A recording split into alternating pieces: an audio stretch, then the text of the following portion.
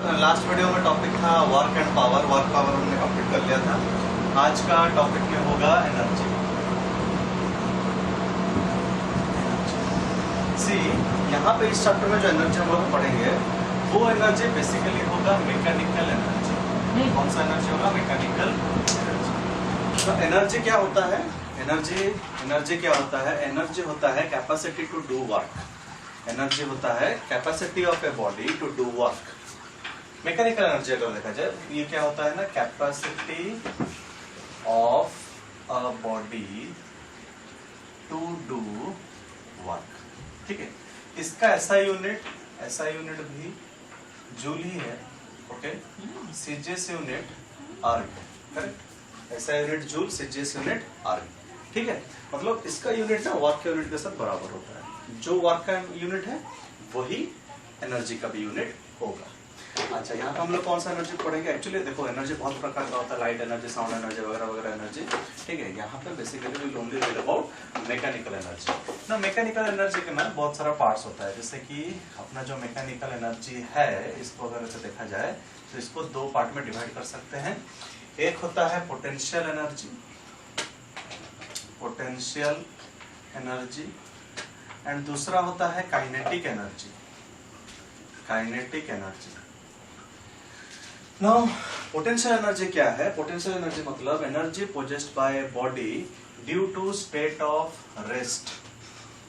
अगर कोई बॉडी एक रेस्ट में है, due to its state of rest, state of position और कॉन्फ़िगरेशन। मतलब energy possessed due to position, due to its configuration, इसको हम बोलेंगे potential energy. Basically energy possessed by body when it is in the state of rest. Kinetic energy होता है energy possessed by body when it is in state of motion. जब motion में होगा जो energy होगा उसको हम बोलेंगे kinetic energy. Now this potential energy can be divided into 3 parts. Sorry, potential energy has 2 parts. Kinetic energy can be divided into 3 parts. तो क्या क्या पार्ट है पोटेंशियल एनर्जी का? एक होता है बहुत इंपॉर्टेंट, जो क्लास 10 के लिए, ग्रेविटेशनल पोटेंशियल एनर्जी। क्या है? Gravitational potential energy. And second होता है elastic potential energy. Elastic potential energy बोलते हैं, और इसको कभी कभी ना स्प्रिंग पोटेंशियल एनर्जी भी बोला जाता है। स्प्रिंग पोटेंशियल एनर्जी और इलास्टिक पोटेंशियल एनर्जी, बेहतर होगा elastic potential. Now, what is gravitational potential energy? Gravitational potential energy means the energy possessed by a body due to its position के वजह से। जैसे कि अभी ग्राउंड में अगर बॉडी है तो उसका कुछ अलग पोटेंशियल एनर्जी होगा, तो थोड़ा हाइट में ऊपर लेगा तो उसका अलग पोटेंशियल होगा। Will see that if you take it to some height then the potential energy of the body will increase.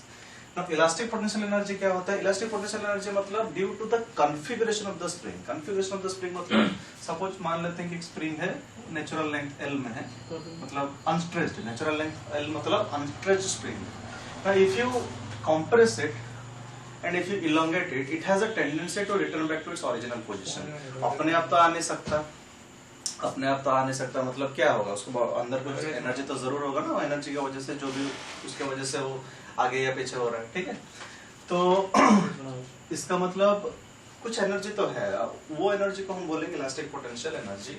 ठीक है, due to configuration. Elastic potential energy arises due to configuration. Gravitational potential energy arises due to position.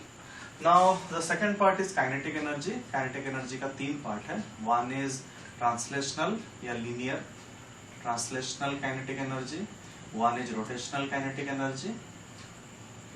Third one is vibrational kinetic energy. Translational kinetic energy means when a body is moving in a straight line, then the energy possessed will be translational kinetic energy. Rotational मतलब if a body is rotating about its own axis. See, there is a difference circular motion and rotation के बीच में। Circular motion मतलब it will move in a circular path. Rotation मतलब एक ही जगह पे होगा, खाली गोल गोल घुमाएगा। For example, fan. Rotation, it rotates about its own axis. Okay. Then the energy possessed will be known as rotational kinetic energy. फिर आता है vibrational kinetic energy. Vibrational means if a body performs to and fro motion. If a body performs to and fro motion about its mean position, then due to that kind of motion, due to vibrational motion, the energy possessed will be known as vibrational kinetic energy. Vibrational kinetic energy. ठीक है। अब तुम्हारा syllabus में ये सब energy कुछ formulas है नहीं, only you have this one, gravitational potential energy mgh and translational kinetic energy is half mg square. Only these two formulas are there and इसका और एक भी फॉर्मूला है and दूसरा फॉर्मूला इसका p square by 2 फिर p stands for momentum. Now rest of the things are not there, जैसे कि इलास्टिक पोटेंशियल एनर्जी का फॉर्मूला होता है हाफ के एक्स स्क्वायर, हायर क्लासेस में होगा हाफ के एक्स स्क्वायर, फिर के is spring constant, x is the displacement of the spring.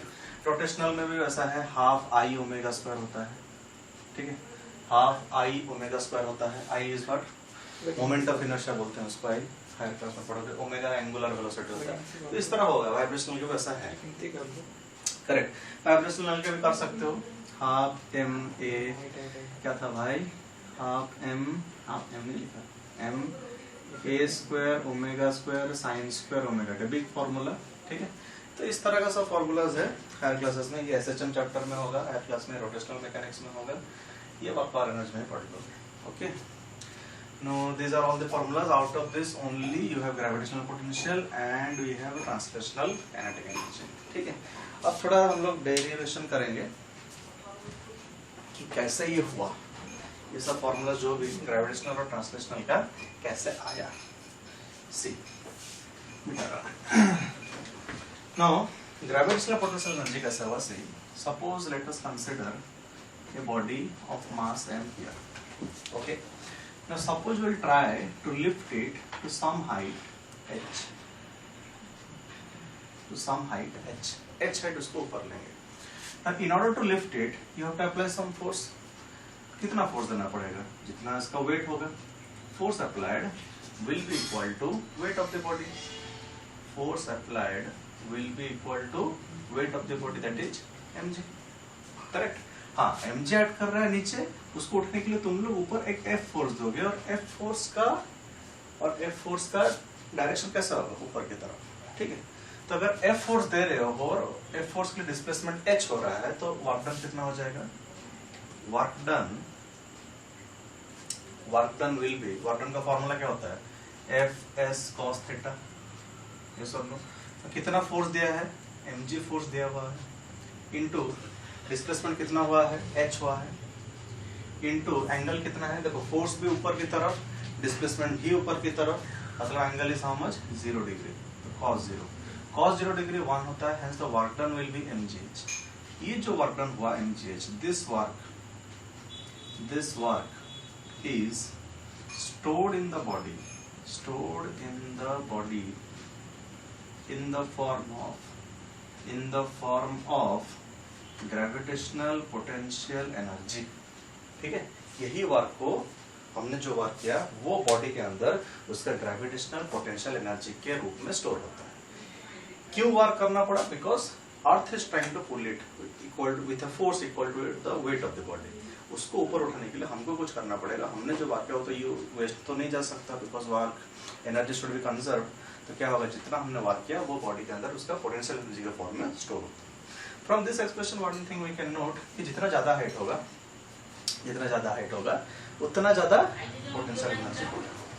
Okay, more the height of the body more will be the potential energy. अगर मान लेते हैं कि यहाँ पे एक बॉडी है, दिस इज ग्राउंड लेवल या रेफरेंस लेवल जिसको हम बोलेंगे. सपोज यहाँ पे एक बॉडी है h1 हाइट पे और सेम मास का और एक इधर बॉडी है h2 हाइट पे. अब क्लियरली दिख रहा है h2 is greater than h1, तो इसका एनर्जी पोटेंशियल एनर्जी हो जाएगा mgh1, इसका पोटेंशियल एनर्जी हो जाएगा mgh2.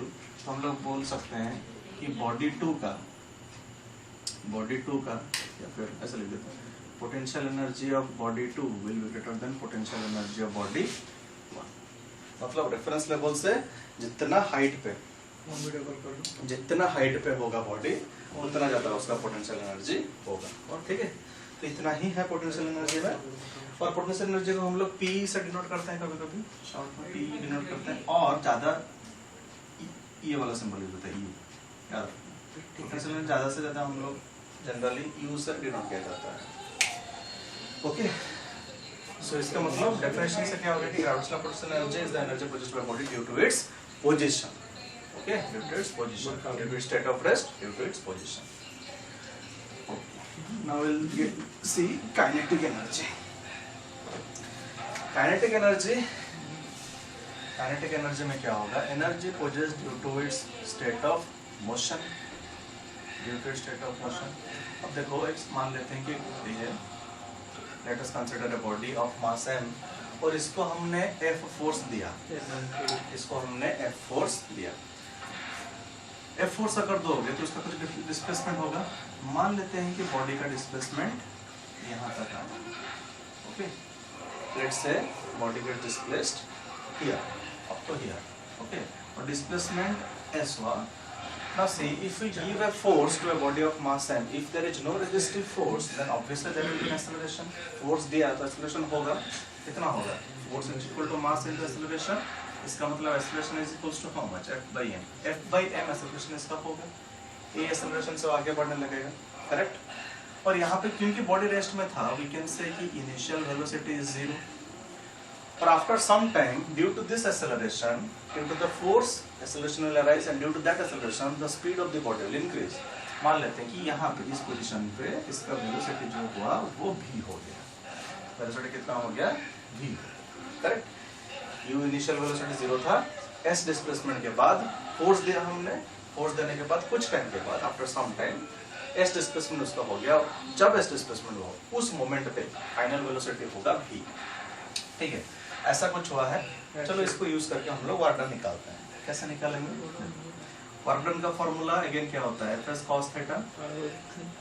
इसका मतलब यहाँ पे कितना हो जाएगा? F, हमने F फोर्स दिया, डिस्प्लेसमेंट s ही हुआ है, और cos थीटा मतलब cos 0, फोर्स जिस डायरेक्शन में है एंगल भी डिस्प्लेसमेंट भी उसी डायरेक्शन में है, तो angle is how much? 0 degree. So see this will be Fs। और इसको हाफ m स्क्वायर में कैसे लाया जाए? देखो, see what is force? Force is equals to mass into acceleration, m into a into s होगा, करेक्ट? अभी s का फॉर्मूला, s वेरिएबल को हम लोग v फॉर्मेट में लिखेंगे। कैसे लिखेंगे? Using equations of motion. So we will use the relation v square is equals to u square plus 2as. Third equation of motion. V square is equals to u square plus 2as. Now u square, this part will be 0. This part will be 0 because initial velocity is 0. So what I am getting? S is equals to, देखो 2a नीचे आ जाएगा ना, ये हो जाएगा v square by 2a, correct? तो अभी यहाँ पे सब्स्टिट्यूट कर लेंगे, which is equals to ma, s की जगह लिखेंगे v square divided by 2a. a cancels, how much are getting? mv square by 2 means half mv. Okay, so the work done is how much? Half mv square. Now this work done, this particular work done is stored in the body in the form of kinetic energy. यही work kinetic energy का form में store रहता है, इसीलिए kinetic energy का formula half mv square होता है, correct? Now इसका एक दूसरा फॉर्म में निकाल सकते हैं। कैसे लिखें? k इज इक्वल टू, एक तो फॉर्मूला हो गया हाफ mv स्क्वायर।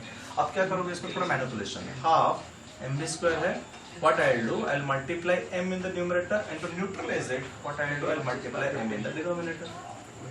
ऐसे ही किया है, m न्यूमरेटर में मल्टीप्लाई किया और डिनोमिनेटर में मल्टीप्लाई किया, तो ये देखो अभी हो जाएगा half m square v square, जिसको हम mv होल स्क्वायर भी लिख सकते हैं, m square m into m square v square, जिसको हम mv स्क्वायर भी लिख सकते हैं, और नीचे रहेगा m। 9th स्टैंडर्ड में पढ़ा हुआ है mv मास इनटू वेलोसिटी होता है momentum of the body, linear momentum of the body. तो in place of mv what I can write? Linear momentum, जिसको हम स्मॉल p से डिनोट करते हैं। सो mv की जगह लिखेंगे p, so this will become p square divided by 2। इसलिए काइनेटिक एनर्जी का दो फॉर्मूला याद रखना है, एक होता है हाफ mv स्क्वायर, दूसरा होता है p square by 2m। As required in the numerical we will use. Okay, अब और एक चीज है, after this kinetic energy and potential energy एक पर्टिकुलर पार्ट आता है जिसको हम बोलते हैं work energy theorem. Work energy theorem, work energy theorem बोलता है कि वर्क डन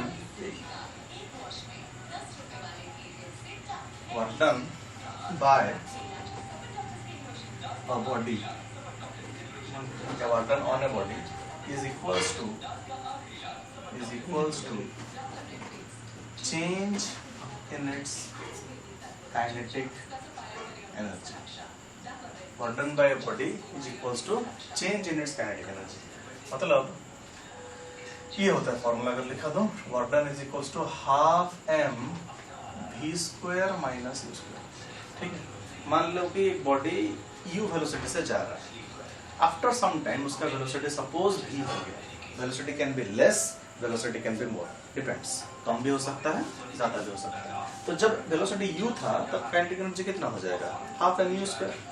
जब वेलोसिटी u था काइनेटिक एनर्जी कितना हो जाएगा, हाफ एम यू स्क्वायर। जब वेलोसिटी v हो गया तो काइनेटिक एनर्जी क्या हो जाएगा, half m v square. Correct. तो चेंज कितना हुआ, चेंज हमेशा क्या होता है, final kinetic energy minus initial kinetic energy. तो हम लोग क्या करेंगे, फाइनल काइनेटिक, देखो ऐसा लिख देते हैं, final kinetic energy minus initial kinetic energy करेंगे। This is the change in kinetic energy. Work done ऐसे शॉर्ट में लिखा हुआ, work done is equal to delta, मतलब change, change in kinetic energy. इसका मतलब final kinetic energy minus initial kinetic energy. Final kinetic energy होगा half time V square, क्योंकि V है final velocity, minus initial velocity half M you square. ये formula बनता है half m common v square minus u square. This is your formula. इसका derivation result क्या है, यही खुद डेरिवेशन है। यहाँ पे खाली इनिशियल वेलोसिटी को हम लोग जीरो ना मान के इनिशियल वेलोसिटी को नॉन जीरो नंबर मान लेंगे। Suppose you, it was suppose moving with initial velocity u, then it will have a final velocity v after displacement s। यही इक्वेशन को लिख देना है, यही इक्वेशन को लिख देना है। तो s कितना हो जाएगा, s हो जाएगा v स्क्वायर, ये तो कटेगा नहीं, अभी जीरो तो नहीं होगा, u square will remain, s is equal to v square minus u square divided by 2। ठीक है, तो यहाँ पे बस वही सेम चीज है, बस v square minus u square by 2 डाल देना है। ये कैंसिल हो जाएगा, कैंसिल होने के बाद बचेगा क्या, हाफ एम बचेगा और ब्रैकेट में रहेगा v square minus u square. Derivation is completely same as kinetic energy, only difference is वहां पे u को जीरो लेना है, यहाँ पे u को u ही रखना है, जीरो नहीं लेना। जितना चेंज होगा काइनेटिक एनर्जी उतना वर्क डन होगा। Correct, this is work energy theorem. ठीक है, अब इतना करने के बाद थोड़ा सा रेशियो वाला दो चार क्वेश्चंस कर लेते हैं।